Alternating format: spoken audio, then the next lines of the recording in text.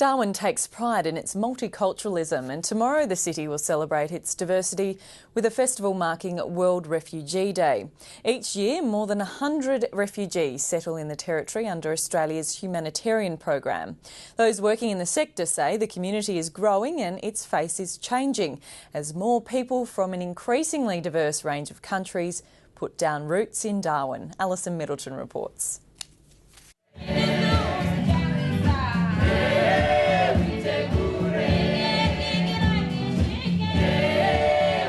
Darwin has the advantage in that we do welcome new settlers and we accept and embrace difference.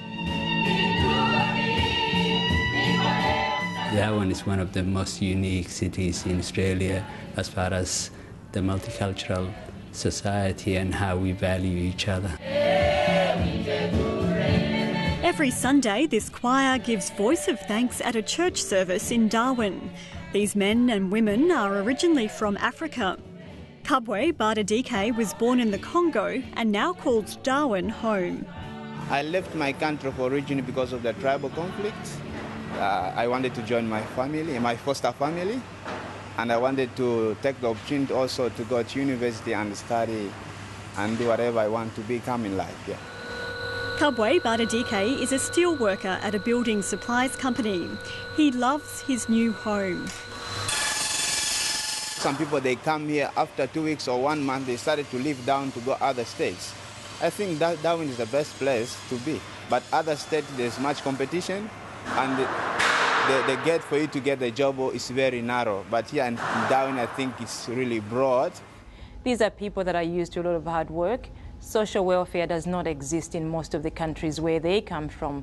So working is very much a significant part of their lives. So I said, well, first of all, do you have a resume? Then he said, what's a resume?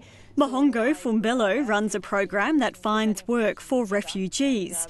Over 2 months, she's placed 15 people into jobs and says the majority are still employed 6 months on. We have also made a lot of progress in terms of creating awareness to the employer about who these people are, and the fact that some of these people actually have qualifications and skills that can even help fill some of the skills shortages that we're experiencing at the moment. There are a lot of opportunities for new arrivals to get employment in Darwin than the rest of Australia. I think the only other areas which are competitive are mining, but mining areas are quite remote and isolated. Morning, Annie. How are you today? Yes. Ali Noor is the head of the Melaleuca Refugee Centre, which helps people rebuild their lives in Darwin. Have we sent out those invitations for the World Refugee Day? Yes. He's noticed the refugee community is growing. Ali Noor says the number of refugees in Darwin is now large enough to attract people from similar backgrounds to the city. A lot of people of refugee background are now moving from interstate. People who have been in Adelaide or Melbourne for 5 years and are choosing to come down. We actually used to lose about 40% of people who arrive in Darwin used to relocate interstate. Now we're actually gaining more people. Great, Dennis. As Darwin's refugee community grows, it's becoming more diverse. In the past, refugees settling here were predominantly from Africa. Now, many are coming from East Asian nations like Burma, as well as the Middle East. There are new wars and civil wars happening. I'm sure you heard, the Libya and the Middle East now, and a lot of people are now coming from Iraq and Afghanistan and Iran. And we hope the Syria situation improves, because the next wave could be coming from Syria as well. In 2007, the federal government cut Australia's intake of African refugees, saying people from Sudan were struggling to assimilate and gangs were causing problems. Those working in the sector in Darwin say that's not the case here. Every society, there are some who decide to live either the edge or outside the law, but proportionally, they actually know more, know less than what happens in youth of similar ages or characteristics in any community. It's less of a problem here because of our mixed suburbs. Our really accepting society in that There's less social isolation here. Now, when we move the car, we're going to move it very, very slowly. In Darwin's northern suburbs, the Multicultural Council helps refugees adapt to their new home. People can have driving theory lessons and get behind the wheel with an instructor. See, perfectly parked. We've been able to assist a lot of our clients towards getting their licence, and that's one of the keys to getting employment. Not just that, but it helps with social inclusion too, because people can get about, interact socially.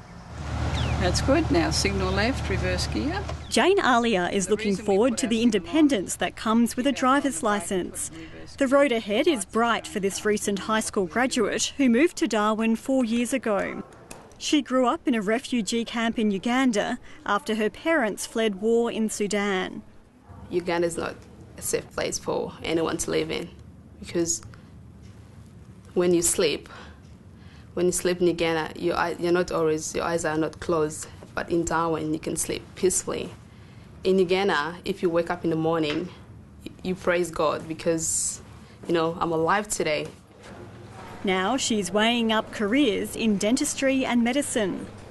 When I look at my journey from Uganda to Darwin and having that opportunity to go to school and try to find out what my goals are for the future has been such a great achievement. Kabwe Badadike also hopes to go to university. He's doing a tertiary bridging course and dreams of becoming an engineer. I'm really proud of the job I'm doing here. I'm learning a lot and I'm looking forward to learn more because life is a journey of learning.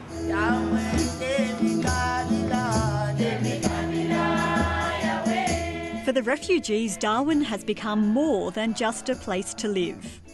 There is this one thing that makes Darwin very special to me. That's the multiculturalism we live in today.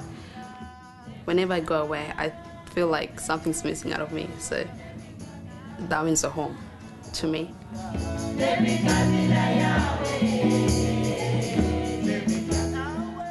Alison Middleton with that story.